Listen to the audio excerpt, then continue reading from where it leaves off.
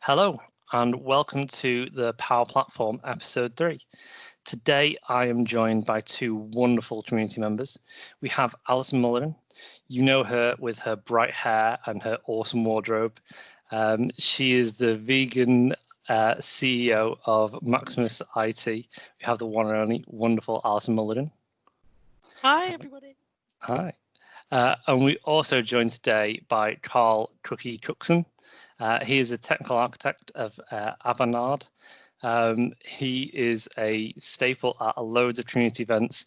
We were just chatting about all the team leads he's been for all these community hackathons that have been going on around the world recently. So welcome, Carl. Hey, hi. Thank you both for joining me here tonight. But we'll go into a bit more detail. So I'll start with you, Alison. Tell us a little bit about yourself. Tell us who you are, who you work for, or the business that you own, and tell us a little bit about you. I feel it was an error to start with me, but we'll go with it. I'll go with it anyway. So for those that don't know me, hi, my name's Alison Mulligan. I can't believe you led with vegan there, Matt, but that's all right. We'll let it go. I'll probably get accused of ramming it down people's throats. It's fine. And for those of you that don't know me, I am the CEO of Maximus IT, and we are a recruitment company. So try not to spit at me if you see me next time at an event. But we specialize for recruiting for Power Platform. But I'm also a D365 user, and a Power Platform user, and a Power Addict. And I like to build little apps and bits of Power Automate and things in forms and that kind of thing on our system. So I think that's probably it in a nutshell, isn't it? Really? I led with vegan because it's more of a thing that is. There's more vegans than non-vegans these days. Is there? Yeah, you'll all be vegan sooner or later. Might have no choice. I tend to flexitarianism, which people say is a made-up thing, but it's just more of a choice for me in terms of I want to eat less meat and have less meat products in my body, and just looking at the science and stuff. So I love these sorts of conversations where we can just talk about like different types of food. As a massive foodie that was once afraid of nearly all food and all vegetables, to now eat nearly entirely vegetarian or vegan most nights is a change for me. So I think it's a badge of pride. So that's why I said it. I'm glad you say it's a badge of pride. But hey, do you know what? Veganism and vegetarianism is made up as well. If people are going to say flexitarian, like vegan is literally a contraction of vegetarianism. That's all it is. So like it's all made up. It doesn't matter. But like whatever your reasons, then you got to do what you want to do for you. And, my eldest son is a vegetarian, and my problem with it is I forget him. So I'll be doing a roast dinner, and 3 or 4 times out of 5, it'll be just as I'm putting in the Yorkshire puddings, he'll be like, "Did you remember me, Dad?" And then it's like, "Oh," and then run around to try and find something that's not just vegetables for him to eat. So I forgive. Have you got just the one boy? No, I've got 2 sons. Got 2. The eldest 15, he's vegetarian. The youngest just wants to eat meat, and that's it.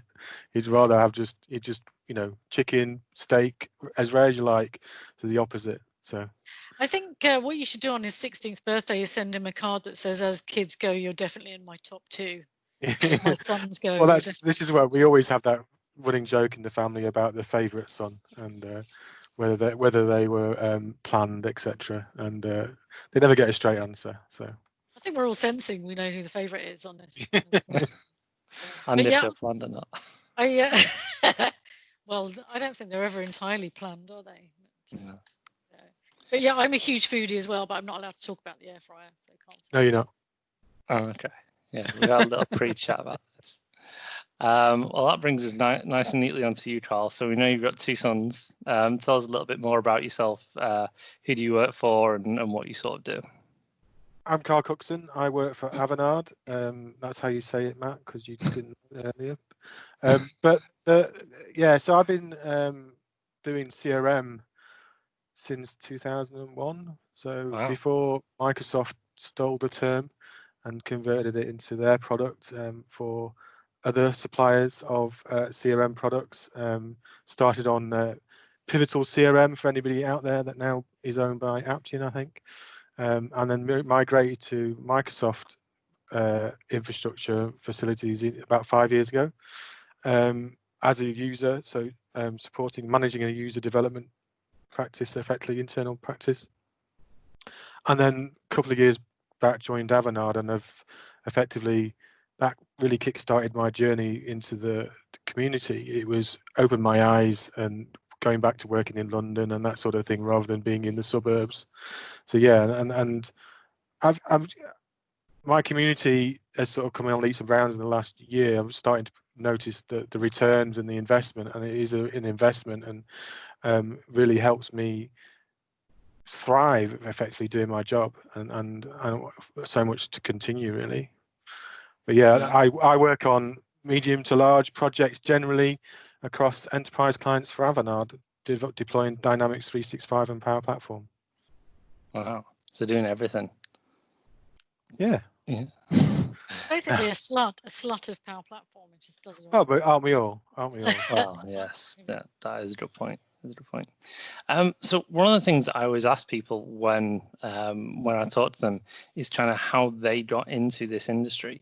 So Alison, you being a recruiter, there are so many different things you could recruit in, and you said you are a user of the Power Platform and of Dynamics. How did you kind of get into recruiting, and then how did you kind of specialize in like the sort of Microsoft Power Platform space? Great, that's a great looking question, Matt.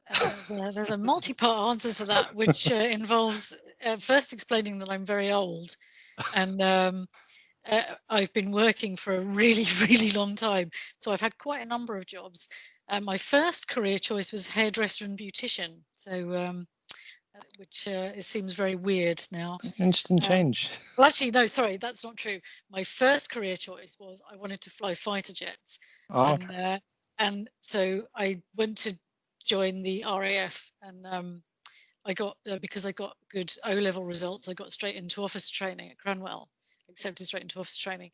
And then they pointed out quite quickly that I wouldn't be allowed to fly fighter jets, because if your eyesight is anything less than a gnat's knacker away from being perfect, they won't let you anywhere near like £1 million jets and stuff. So, so I had a bit of a strop about that, and I thought, well, I'll join the army instead.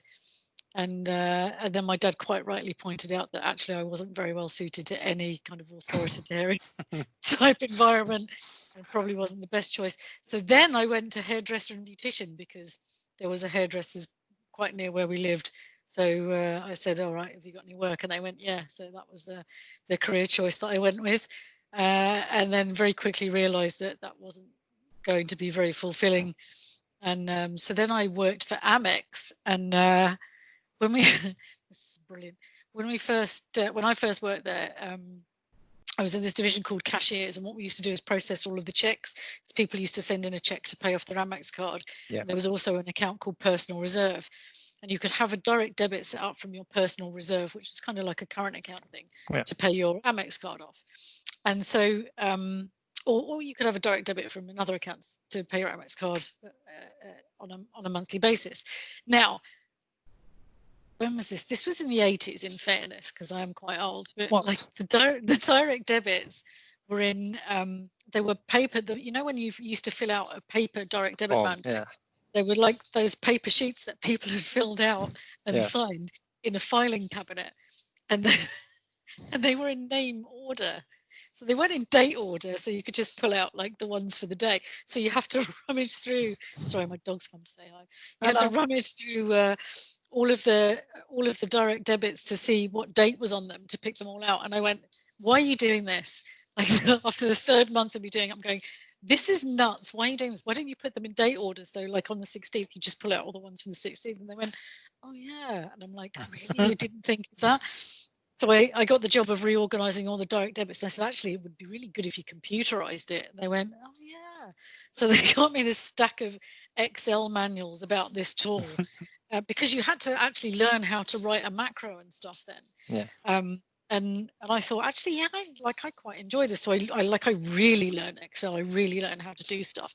all of the stuff that you can do now with the function button and stuff like that, you used to actually have to like write out that wasn't really code, but like you had to write out all of the functions, etc. by longhand. So and I really got into that, and then strangely, I don't really know how it happened. I ended up working as a market forecaster for Yves Saint Laurent and their like fragrance and cosmetic stuff, and like that kind of want to be involved in systems. Like we had an old AS400 system there. Oh my God, you remember the old if you ever see old films where they've got the green on black monitors and stuff like that, all of that stuff.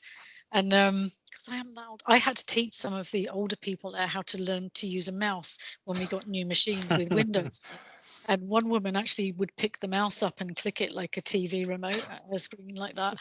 And it's just so much fun. Anyway, so but I still wanted to do something with systems, so I volunteered to build an Access database for them when they actually moved on to Windows. And I kind of got started with that. And then somebody said, "Oh, you're a bit of a gobshite, aren't you? Have you ever thought about working as an international headhunter?" And I went, "Oh, that sounds really exotic. Yeah, I'll really go for that."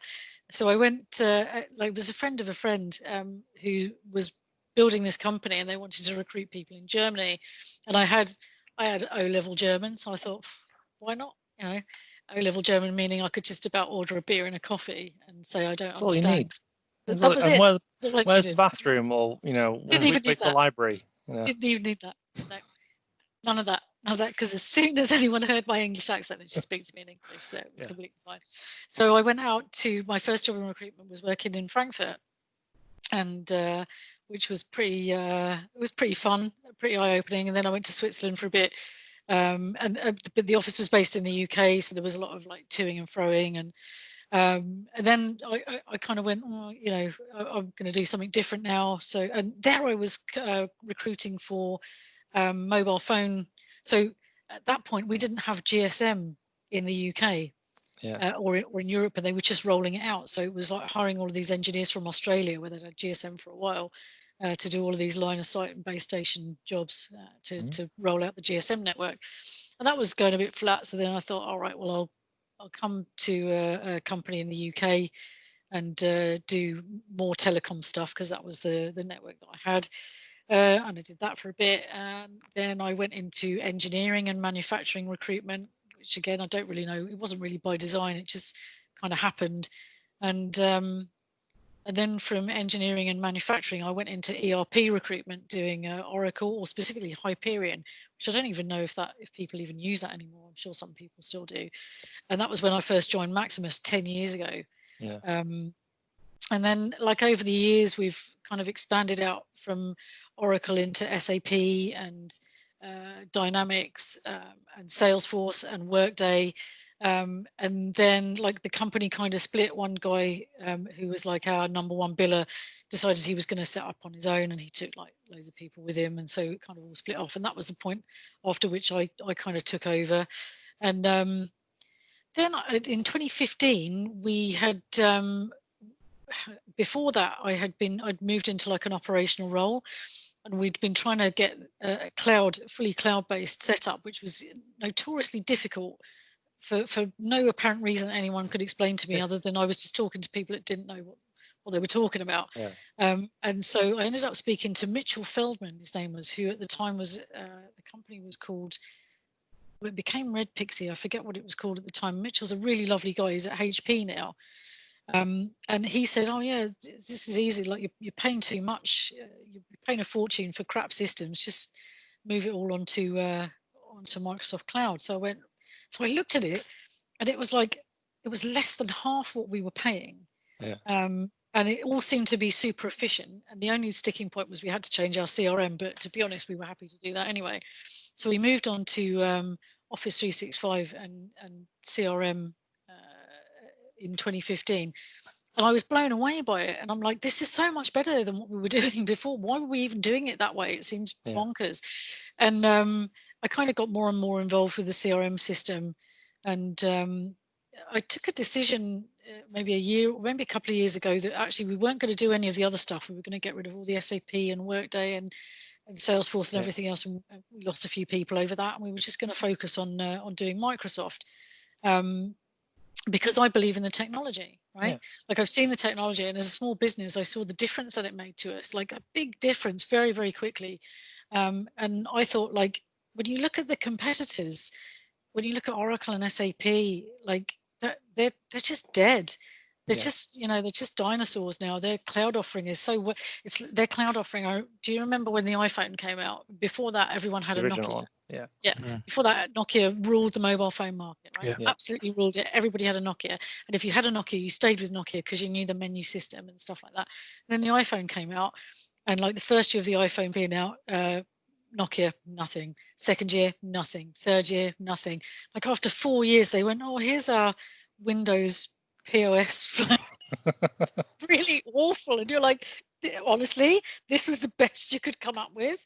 Like it was, yeah. So like that is how I view SAP and Oracle. They're just like, but they're making billions, you know, they've still got loads of large-scale companies that are entrenched in their systems, and they won't be moving anytime soon.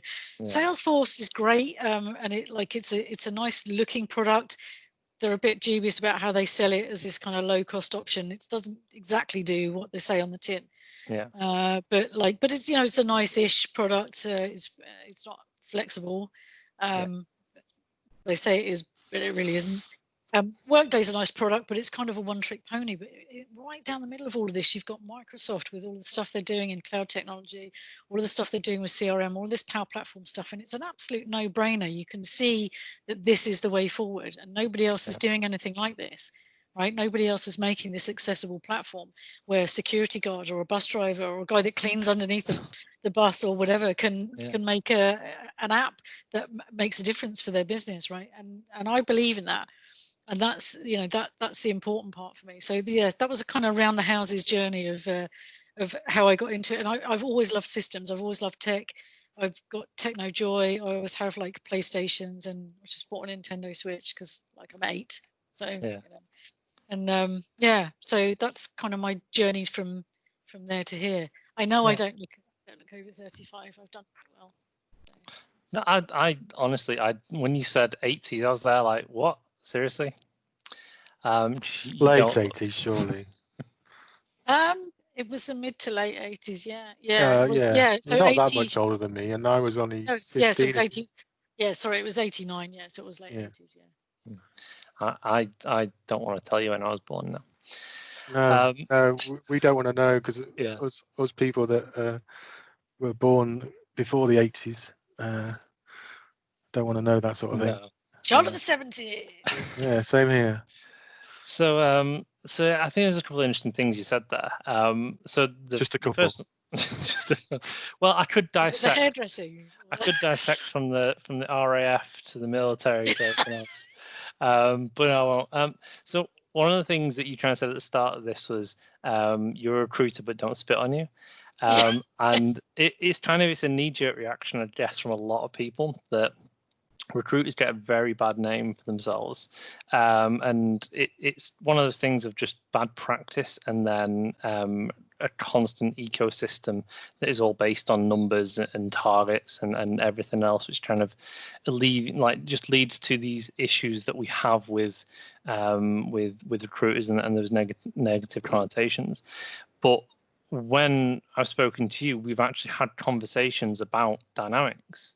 So even though there are other companies that do specialized dynamics recruitment, you're the first person that I actually had a conversation about dynamics to. You know, we were talking about things like word templates, and you would now come to one of my talks to hear about them because you would now be using them in your business, and other things that's one of the differences, but that's not the only difference. You're actually again, it's going to sound weird, you're a human being that talks to someone else like a human being, and you don't just you don't have that Scrooge McDuck looking on your face, which is what a lot of recruiters I think have when they talk to me.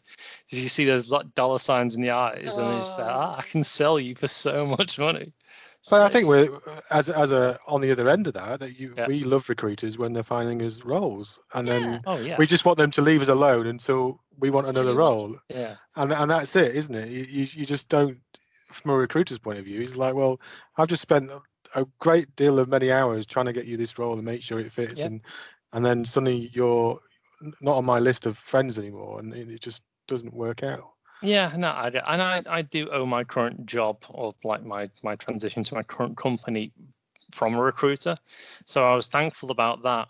But then I actually heard about the underhanded tactics that they used to get me into this company and block me from going to another company that was actually closer to where I lived.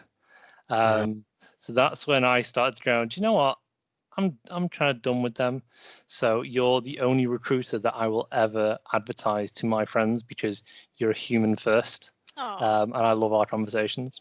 Yeah, me too.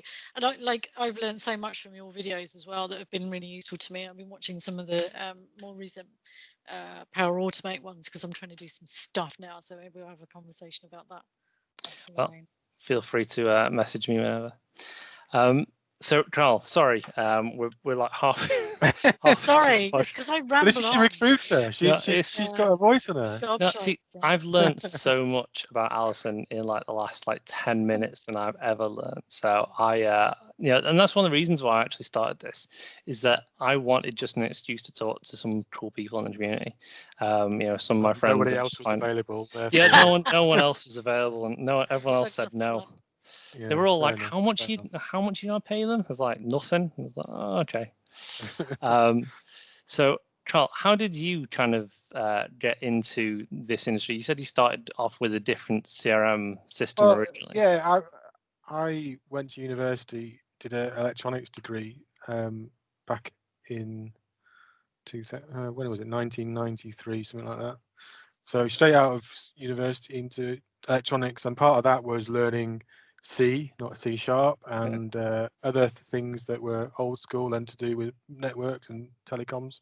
And my first role out of university was with EDS, which have gone a long way from where they are, and they sent me to Detroit for 9 weeks to learn Visual Basic. So that's shown the age of that VB6, I think, at the time. And from there, Visual Basic was my core language for quite a while, and it was used on Pivotal CRM, like I mentioned earlier. That was their core for making doing the code, very not low code at all, but very high code places for their interface. All the code. Yeah, and that evolved and went to C# and all the rest of it, and I stuck with that until my previous jobs at Avanade, where they employed me as a Pivotal manager developer, to run that team and evolve that product in-house. And we did a lot of scheduling things and sort of all manner of things. But it was always very custom. And then a new CEO come along and said, no, we'll change to Microsoft. Microsoft, we're paying all this for an on-premise environment, and there's no good version of that online, and all this investment's going into Microsoft. This is early days of online D365. It's not that long ago, 5 years ago, 6 years ago, and that's what we did. We moved across over a period of a couple of years. We still running concurrent systems and going through all the pitfalls of moving into an online environment where you're reliant on configuration rather than code and that sort of thing. And and that led to my role where I am now, where I've never touched an on-prem Dynamics environment, and I'm thankfully still, and touch wood. And touch all the wood after saying stuff like and thankfully I don't have to. And it's that part of me that has gone from being a developer, and I have touched development recently, again working with the XrmToolBox stuff, but going what is available, what you can do without getting your hands dirty and putting a colon or a semicolon in is really incredible. And that's for me the whole, like Alison was saying, the interaction between Microsoft and Dynamics and its other suites and Flow and all the rest of them put together that really makes it such a great platform. And the world's your oyster still on that platform. You can do whatever you want, and it's just making sure you've got the right mindset and tool set to carry it on. Yeah, absolutely. I mean, I'm a massive cloud first advocate. Whenever I get a customer that's like on premise, I'm just there like, Is there a reason? Like, do you need to be there anymore? Because like Microsoft handles so much for you. They take care of the database, they take care of the backups and the indexing, and like, you know, all these other things that you just don't need to worry about, compliance and GDPR. Like, But don't you think it's the other way though as well, that, you know, from a traditional software consultancy like us, that you've got a 5-year cycle for applications. Yeah. There was always that, we'll do that on this version and we'll give it 5 years of investment, and by that time another version will come along and we'll replace it or upgrade it. Well, we don't have that anymore as well. You know, we just get you onto Dynamics up here and that's forever young, and you just keep migrating it, and it just depends on the implementation really, whether you need to tweak it.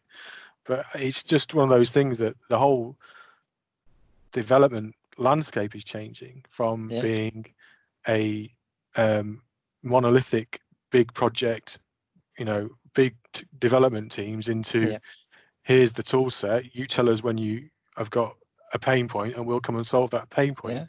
You go and run and do the rest of it and pick off those low-hanging fruits, and that get rid of that excess database and the Excel spreadsheets and that sort of thing. But we're here to support you in that journey and to solve the big problems or advise. And I think that's where our company is certainly going, and most other big companies will be going towards in development terms.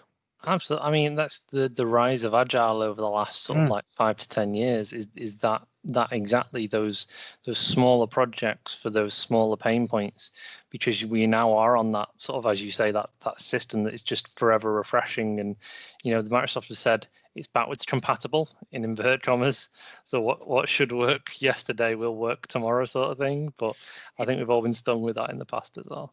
Yeah, like I think the issues with people who are on premise, right? Like whenever I used to talk to people about it, their first concern was security. And I would always say, so you think that your IT guy who's paid 38 grand a year sitting in your office is doing a better job of keeping your data secure than Microsoft? Like I just want you to run through that. Like what are the odds? What are the sheer odds that Bob is doing a better job than Microsoft of keeping your data safe? And the other thing is, like I was guilty of this too, but I'm not very risk averse. I suffer from techno joy, and I'll go wading into things without thinking them through. But like it looked too good to be true. Yeah. Like it really did look too good. When we went from an on-premise to cloud, it really looked too good to be true. We were saving a bunch of money. It was running a lot better. Everything was compatible. We didn't have to upgrade everything. We didn't have to, you know, worry about server security or any of that stuff. Like, and you're like, so it's like 10 times better than we've got now, but it's going to cost like 1/10 of the price.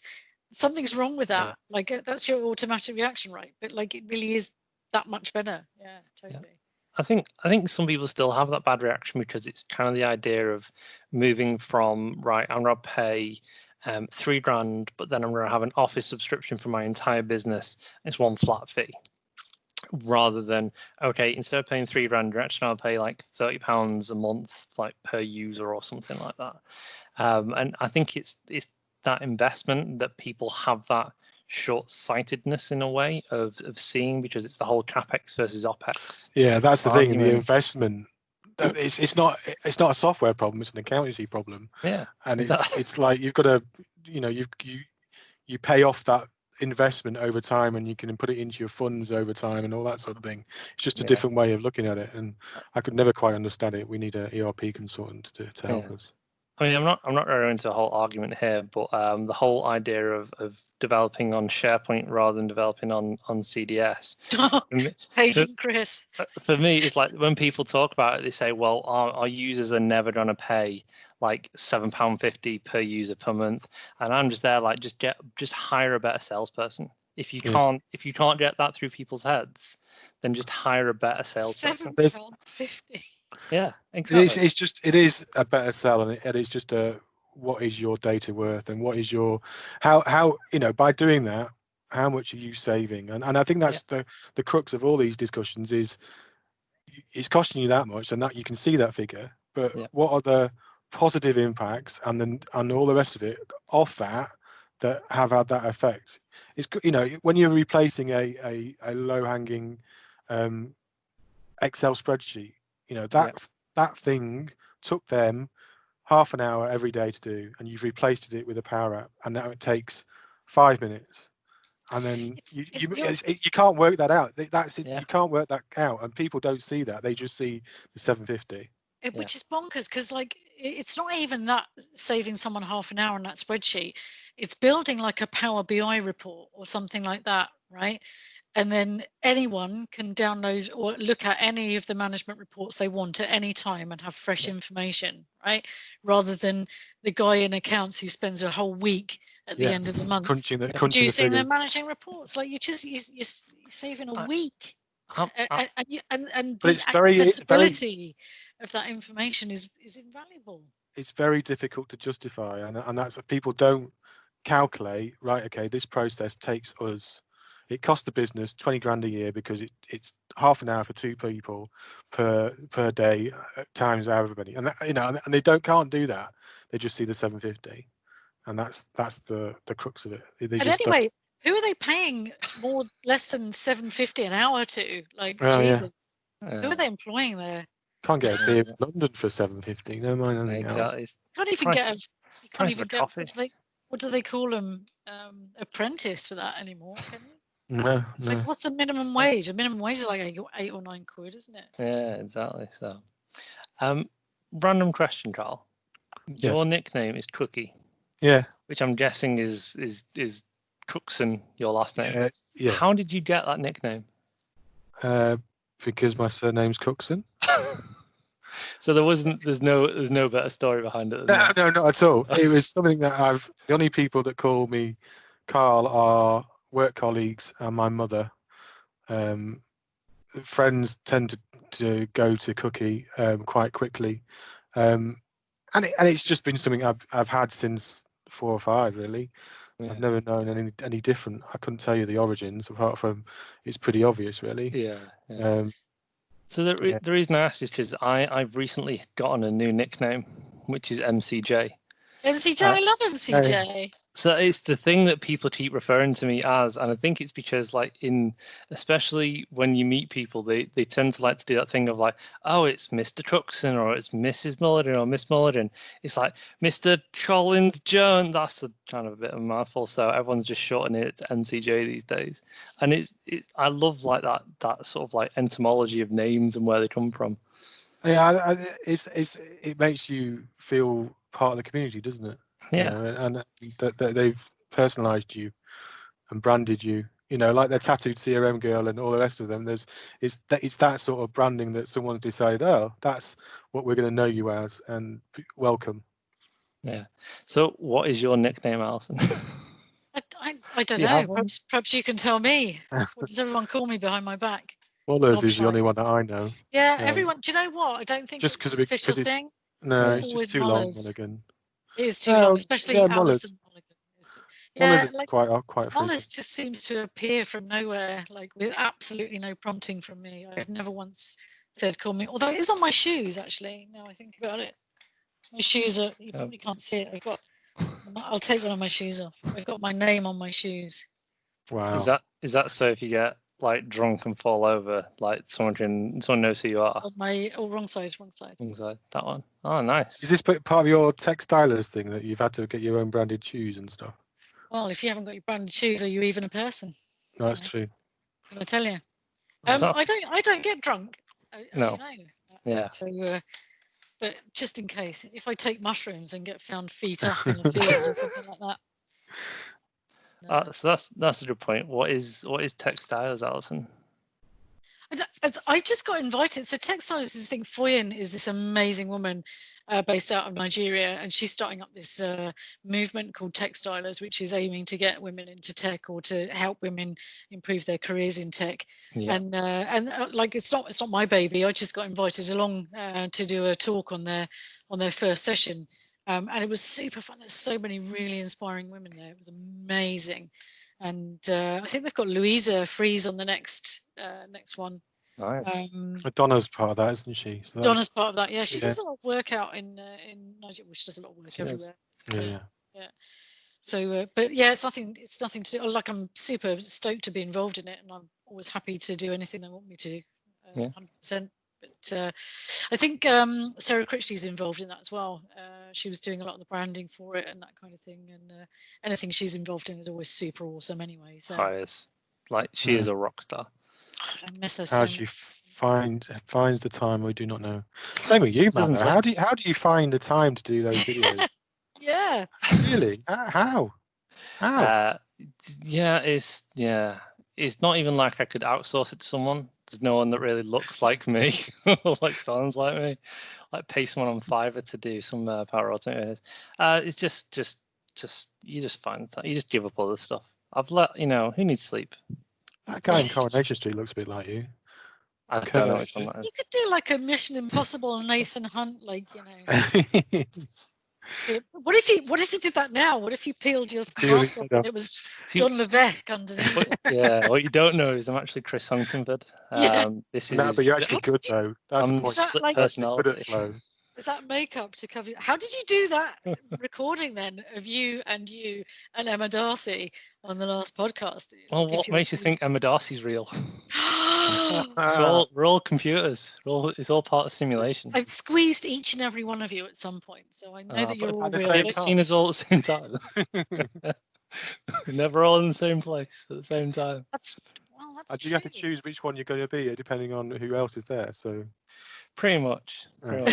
It's on us. No, they're brilliant. So the first time I met you, Carl, was at Stretch Summit this year. I beg to differ. Oh, okay. But you probably don't remember. Obviously, you don't because you've just come up with that. We have been at several Dynamics 365 UK user groups together. I've shook your hand several times, but really? I'll take the Scottish Summit, okay. because it was a good event and it was fun. But yeah, I think that's the point. This year for me has been when I've been doing it rather than just attending and getting involved and meeting up with Allison and we only met this time last year, I think, Allison, for the first time when I went along to one of your happy hours. Oh yeah, I think it was the first one we held in Moorgate, wasn't it? Yeah. Getting lost around Moorgate trying to find it. But yeah, getting involved, doing rather than spectating. So yeah, I've spoken in the past to the community about the fact that I have a struggle of being like an outsider at events, and like the first couple of events I went to, I was kind of stood in the corner and not really speaking to anyone, which is a terrible thing to do, and everyone that goes to an event should speak to at least one other person because this community is awesome. But what I was trying to say to you was that that at that Scottish Summit you introduced me to the HoloLens. Had that set up. Do you guys ever just like bunk off work and just go try and find like Minecraft in HoloLens or like some other games and just play that for like half an hour in the office?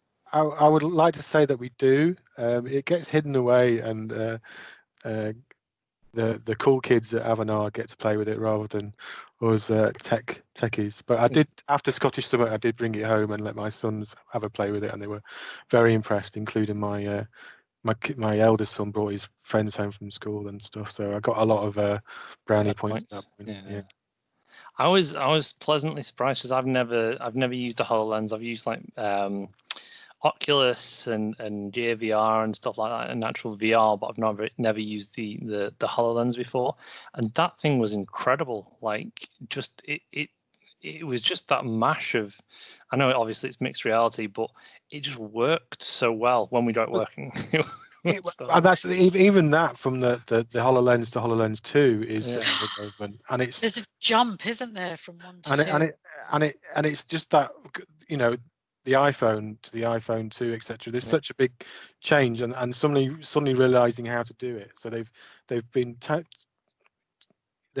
trying to do it, and then suddenly they go, hang on a minute, we can do that there, and we've knocked out all those things. At that point, when you've got it, when you're not reliant on a massive computer next to you and it's all on your head and it's comfortable and you can wear it and that sort of thing, it just becomes a no-brainer if you've got the cash to part. Talking of the HoloLens, my good friend Anna Waite does a lot of the mixed reality stuff at Microsoft. And she was, I originally met her because she was like our change manager when we were going on to Dynamics CRM. So, and she demoed one of the London user groups when we were in that big posh house. Yes. Wherever that was. I can't remember. But I think I met Anna before she was actually working at Microsoft. Yeah, I did. She was working at Mercury. She did our implementation for Mercury. Ah, It was that was small world. Yeah. That, do you know what that is? It like everyone knows everyone. In this community. And that's really nice. It's It is. like, do you know what the wonderful thing about community is? So for me, as a small business, none of the partners give a shit about supporting us because we're not worth any money to them, right? You know, less than 10 users is not worth it to them. They're not going to make any money out of us. So nobody's really bothered about making sure that we're getting the best out of the Power Platform.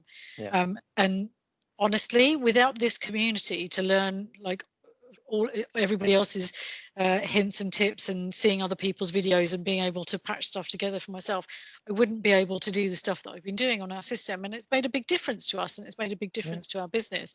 And the other thing that I love about a community, especially a community like this, where it's quite where there is a lot of, you know, everybody knows everybody kind of thing, is it tends to be self-governing in that like everybody plays nicely and is nice and respectful to each other.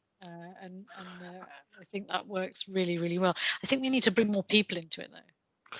I totally agree with you. And I had a problem at the weekend. I always have problems at weekends, but I had a technical problem. Was it a weekend? Okay. And I reached out to Jason, who works for Hitachi, and you know, and they're a competitor to ours. You know, they're a direct competitor, but he was helping along with Trisha and all the rest of it, and we had a frank discussion and sorted it out. And it's even at the partner level, this community is really great, and it bubbles down to all the levels. I think there's the community. I'm trying to get more involvement for those people that can't get involved, and that's where I'm at with it, is just trying to reach those corners that we don't normally reach, and that could be for funds or time, but it's just making sure that we're making ourselves available. You know, I was helping out another chap that was just starting on the Power Platform from a ERP background, and you know, and just getting on and sorting out a bit of power outs with him was just eye-opening to me, even because I don't get involved in it every day. But you just help out and learn. I think learning is the key for me. Yeah, the thing for me as well is, like, you know, I don't want to use a podcast as a way to advertise my own stuff. It's more about bringing other people up to the forefront and being that kind of cheerleader and advocate for other people that may not have voices and stuff. But I'm not saying you guys don't have voices. I'm just trying to amplify, you know, the messages and stuff. Definitely got a voice. And not be about me, but you know, there's always someone better. You know, there's always you just can't get to the point where you think, oh, that guy either says it a different way or does it a different way than I do, therefore I should be celebrating that and learning from him rather than saying he's wrong. You know, and that's it. You know, I will let the salespeople worry about competition in my book. You know, the Power Platform guys just get on and do it.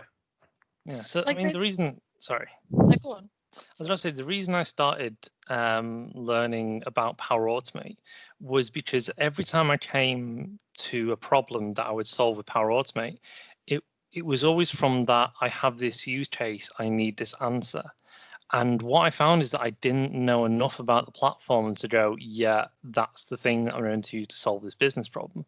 So when I looked at it, I just went, right, okay, I need to learn every single thing. I need to learn all the steps. And what I've actually found is that by doing that, I have learned and been able to figure out so much.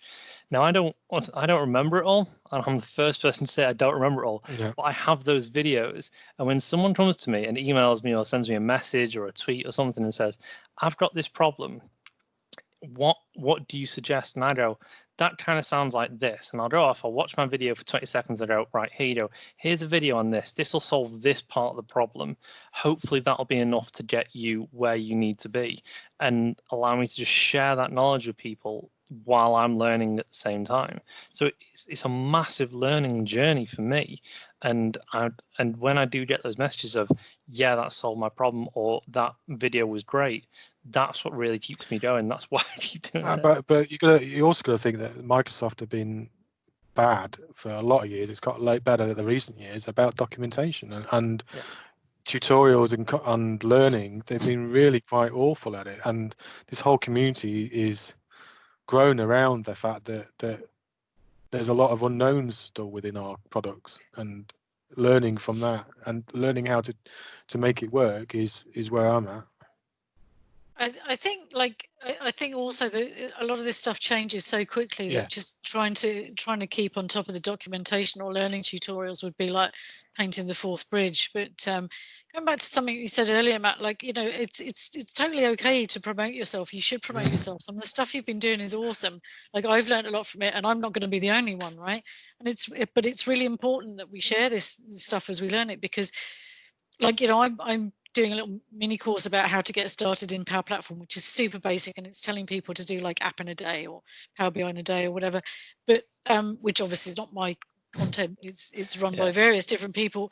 But like, the difficulty with that content is you need to have a business case. You need to have something, a problem that you're trying to solve to be able to learn properly. You only learn by doing, and you have to do.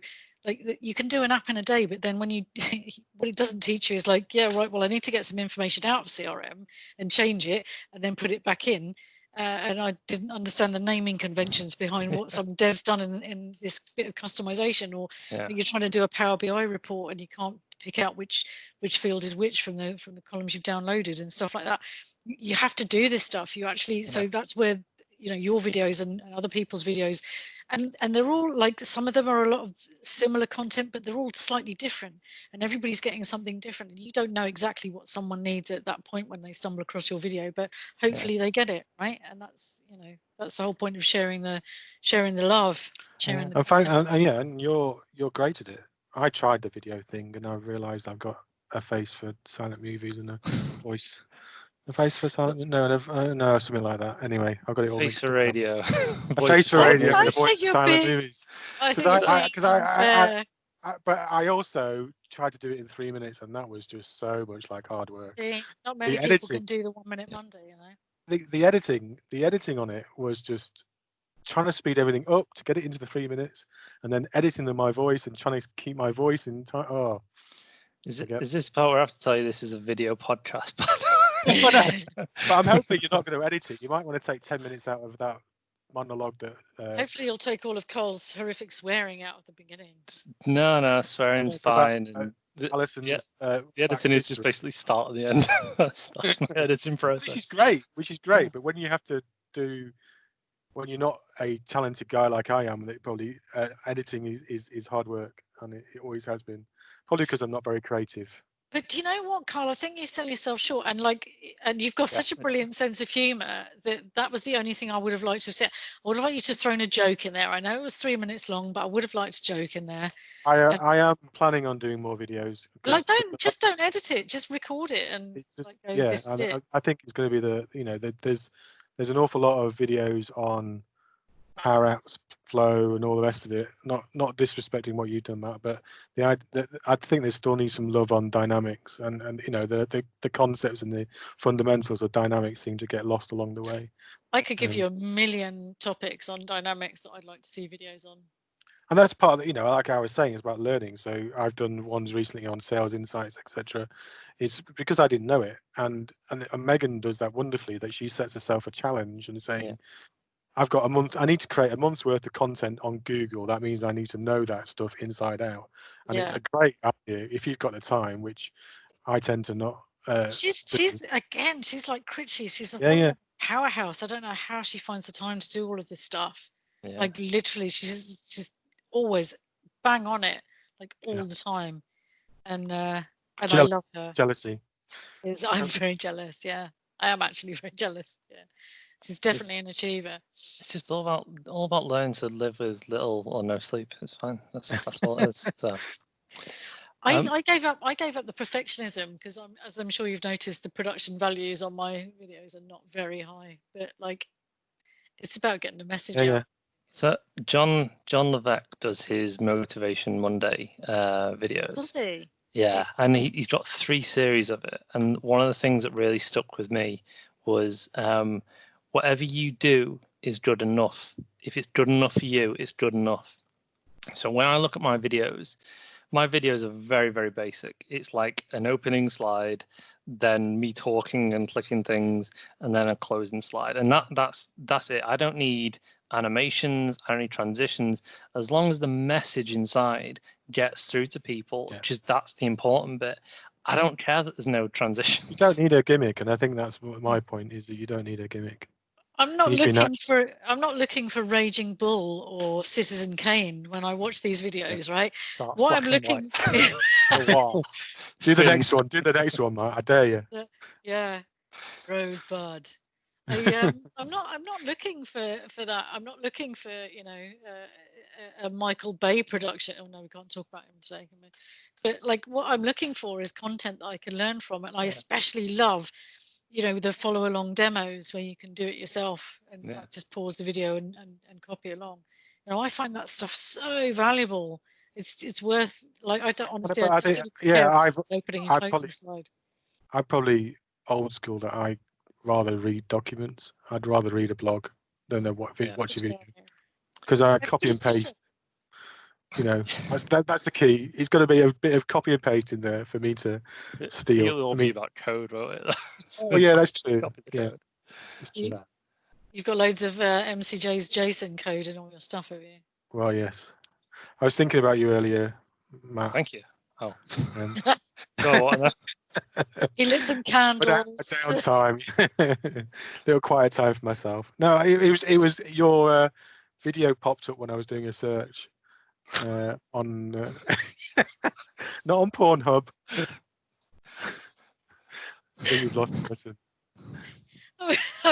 It was a friendly search, not on a safe search on. Yeah, safe search on.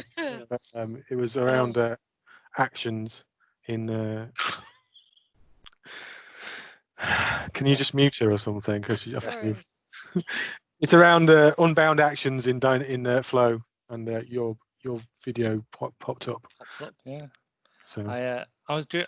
What was I doing? I was looking for something the other day on. Googling yourself again, weren't you? No, I wasn't Googling myself.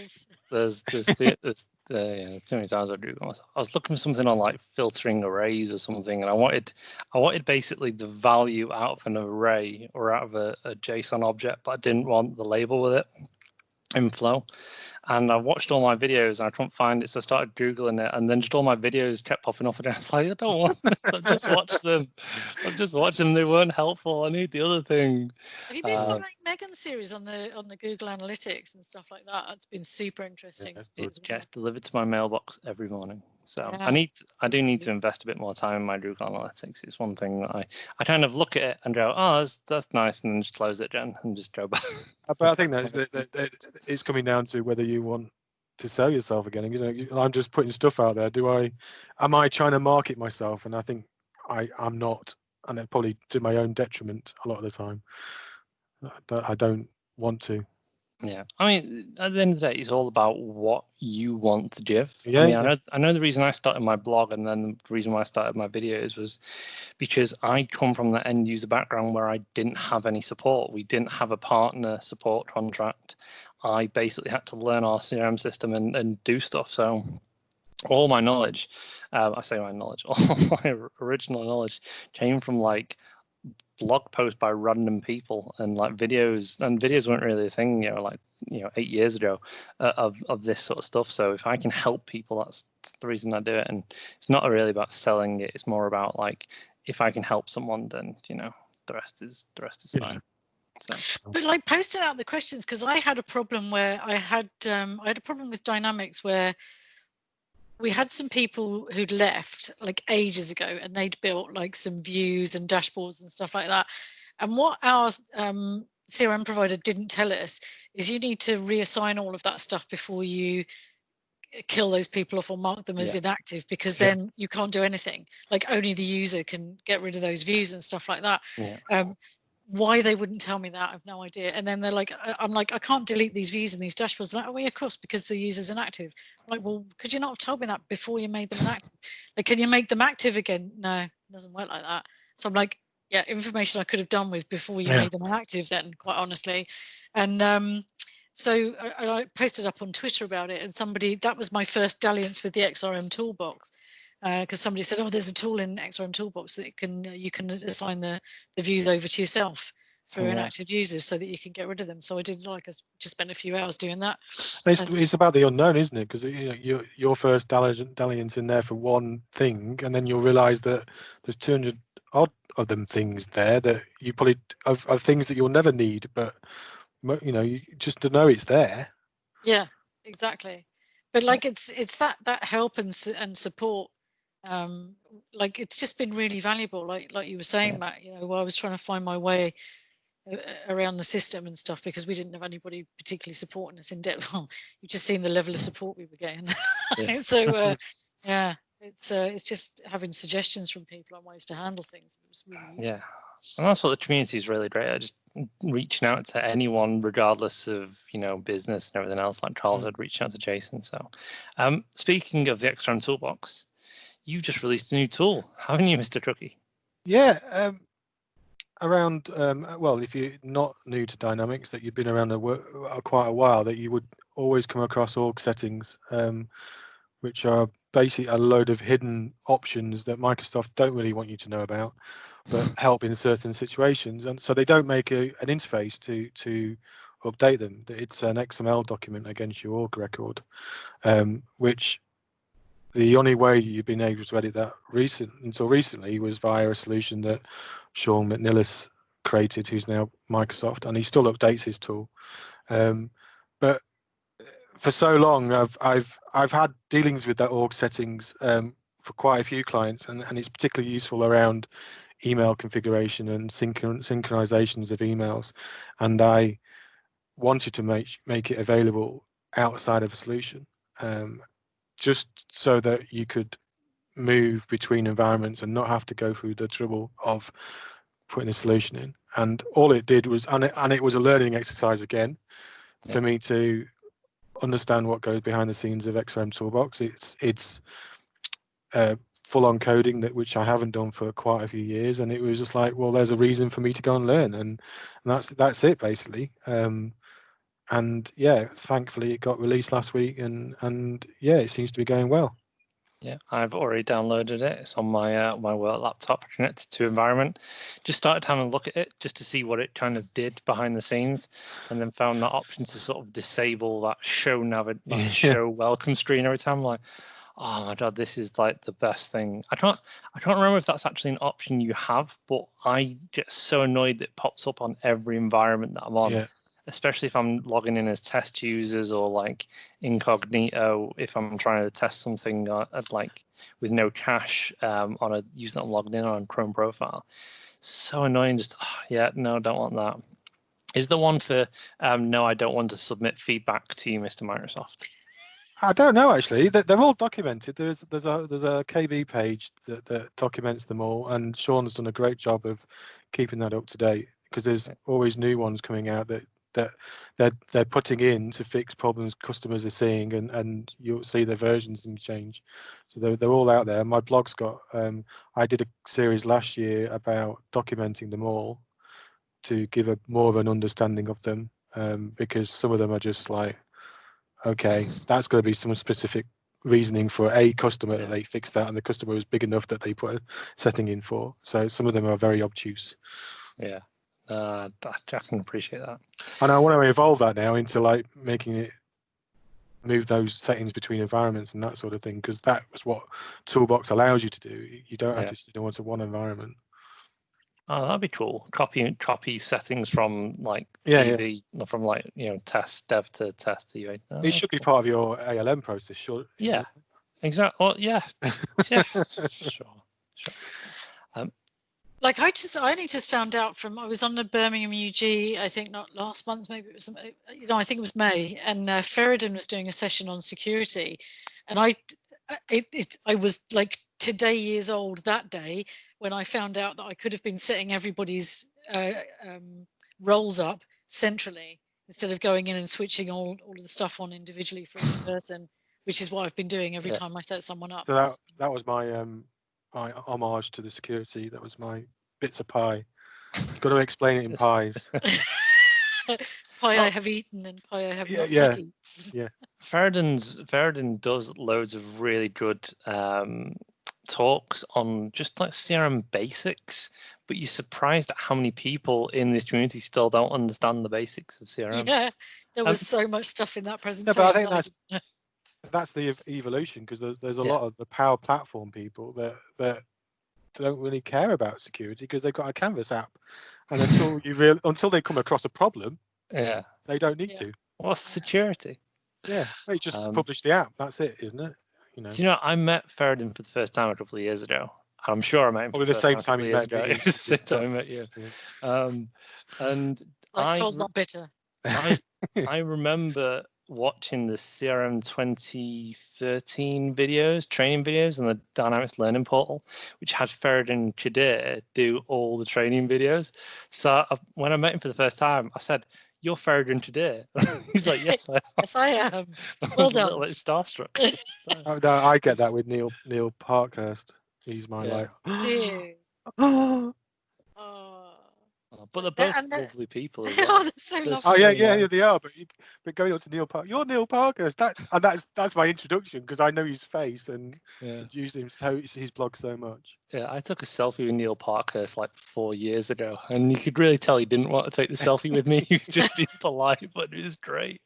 I was like, "This is Neil Parkhurst. This guy right here." I think it's me he and knew Neil that. Parkhurst. Yeah. He knew. Alison. Yes. 1 minute, elevator pitch. Why should I buy an air fryer? Oh my God, why wouldn't you buy an air fryer? 1 Do you minute. like eating food? Then buy an air fryer. Like you, I'm a massive foodie, and I think people assume if you're vegan that you're not, but I am actually a huge foodie. Also, Eliza Benitez is also a massive foodie, and Mark Christie loves his food too. He likes to cook. And so air fryer, it's not just for frying chips, right? So you can do low calorie chips and sweet potato fries and all that kind of thing in there. But also, if you ever order pizza takeout, or you make your own pizza or whatever, you have leftover pizza, instead of microwaving it the next day and it being all soggy, you can put it in the air fryer for like 2 minutes and it's instantly like brand new again, right? So there's that. I've been making cookies in my air fryer. I've been making bread in my air fryer. I made dough balls, delicious dough balls like the ones you get in Pizza Express. Oh my God, they're amazing. And like, I don't like this is awful. I don't like heating the oven. I was talking to Andy Bibby about this and saying, I feel like it's a giant waste of money to have my oven heating up for like half an hour. Like, it's just burning money, right?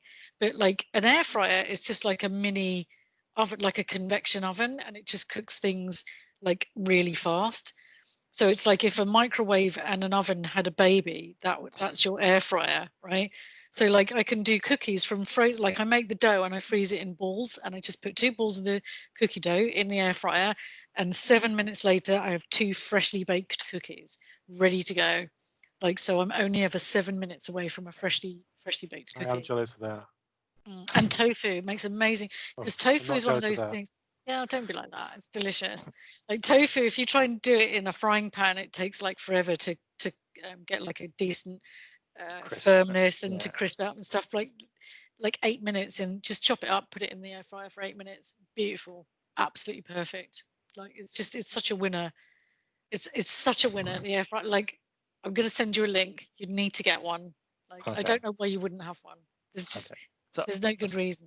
Yeah. So that's my 1 minute air fryer thing. So is that okay, Carl? We spoke about air fryer. I suppose so. It was longer than a minute, but well, you know, if you edit it out, it's Microsoft. So what do you guys have coming up, Carl? What are you doing at the moment? Where are you speaking? What are you doing? Well, Alison can make an announcement. So Alison and I are both part of Power Platform Virtual Happy Hour, which is a mouthful, we know, which was a concept that we began in January, February this year, and we're into our 6-month anniversary in July. And if you edit this in and put a drum roll in, Matt, nice. You do proper drum roll. No, you need to get some editing skills. I don't have the rights to music or a drum. So. Drum roll, please. So we have an exciting guest for July. Oh my! Tell me more. Alison, can you not? Yeah, we can. Alison can. Why are you frightened of saying it? No, it's. If you say the name to mirror 3 times. If you say exactly. I don't want to look admit that. I don't. So I'm going to. Exactly. So we for July, is it for July, which is on July 22nd? Is that Yeah. July 22nd. We've got Donna Sarkar joining us. So what? This is news to me. I am not in that WhatsApp chat whatsoever. I did not know any of this. Let anyone know, Matt. It's been a bit of a secret. Yeah. That's amazing. Donna's such a wonderful speaker as well. Like I saw her speak at Ignite in London. I went to all her talks there. I was up dancing in one of her talks because that's what you do because you get homework. And I was voluntold. Oh yeah, was that the one with Dax? Yeah, with Dax. Sorry, not Dax. sorry, Dax. So yeah, wow. So Donna Sarkar, nice. Yeah. Yeah, so she'll be doing 15 minutes on I'm not sure what, and we've got a couple of other lady guests to announce. So we're having an all-female one for the first time. Well, we're maybe having an all-female one because you haven't decided if we're going to have the hack winner or not. Yeah, no. We'll see, but we it's to be announced next week, depending on whenever this goes out. Really, yeah, be announced, and we'll let you know. But yeah, we've had John Levesque on, and we've had yourself on. Obviously, big names like that, and I basically Donna was the obvious choice after you two. You know. And I just like setting Alison challenges. Really, I have gone for Mr. Lamana and Mr. Cunningham for our year anniversary, so I'm assuming that she's going to do that as well. So I've got some fairly serious groundwork to put in there. Yeah. Just satya.nadalla@microsoft.com. Do you know what, that's his Carl? email address, right? Like I feel like MCJ's thrown down a challenge there, Carlos, and we need to get Satya Nadella on our Power Platform virtual happy hour. Summit knows him. Exactly. Summit's like that. The virtual happy hour is meant to be that quite short, and we were saying bringing people into the community, and we started this before COVID hit, and we had one before everyone started doing virtual stuff. But we intend to carry on afterwards, and it's that short, an hour out your life, 3 topics, nice and short, that hopefully sits with people well, and we carry on. Keith Watling summed up the happy hour the other day that said, they're 15-minute talks, which means if you have a really shit speaker, you only have to listen to him for 15 minutes and then you're on to the next one. And you're at home, so you can just make a cup of tea or go and get a gin or whatever it is that you want to do. And it's like little bite-sized content that people can digest on a school night. So it's brilliant. Yeah. We do enjoy it. I particularly enjoy hanging out with Carlos because he's proper funny, and like it was like he said, the whole point of it was people weren't there are people who are not based around London, so they're not coming to London events, and the kind of events elsewhere are maybe not convenient for them, or they can't, if they've got kids, they can't then at 6 o'clock go off and spend the evening listening to people. When I was in Reading, I did like I got the day away from work to go to the the full day one, but the evening events just weren't something that I could, go from Reading into London, back to home. It just wouldn't happen. And it's those sort of people we're trying to reach really is from across the people that haven't got a local community or haven't got time to get there or can't afford to get there. Yeah, absolutely. So, anything else from you guys? Are you talking anywhere else or anything else to advertise? I've got some sessions out, but I haven't heard back on them yet. I've put some calls out, or I've answered some calls, shall we say. I haven't heard back on them yet, so maybe they'll go out. But I will be planning with Laura Graham Brown, who is lovely, a Power BI in a day, because there's not that many people running Power BI in a day. So depending on when this goes out, hopefully I might have a link for registration sorted out? When will this go out? Do you know? Probably in the next few days. So No, probably depends how busy I am. So yeah, I've got Ignore- DCI. I've got the European Summit next week that I'm presenting at, and then I'm doing the Birmingham User Group on the 8th of July. I think that's no, that isn't one that I was going to speak at because I already spoke at Birmingham. I am going to that one though. That's with Ryan. Ryan and I are doing a talk about how to migrate from workflow to Power Automate. Oh, fantastic! Gotchas, which is similar to what the session you did, Matt, I think, but obviously better. It's me and Matt, me and Ryan. Yeah. Yeah.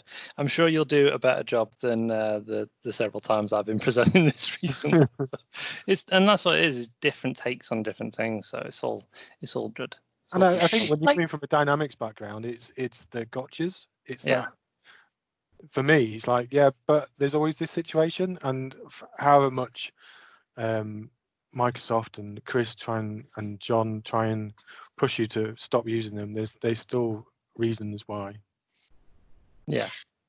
Like it's not always a clear case, is it? We've got some custom workflows in our system that wouldn't, like, I think they would be really difficult to translate over. But like also because some of them, like if they're done for our environment, they have to be done for everybody's environment by Mercury. So, you know, stuff like that is a bit of an issue.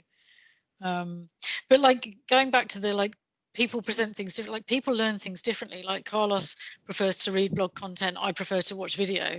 So, you know, like that's why there's room for everybody to put their content out there. Like everybody's covering something very slightly differently and doing it and explaining it in a different way.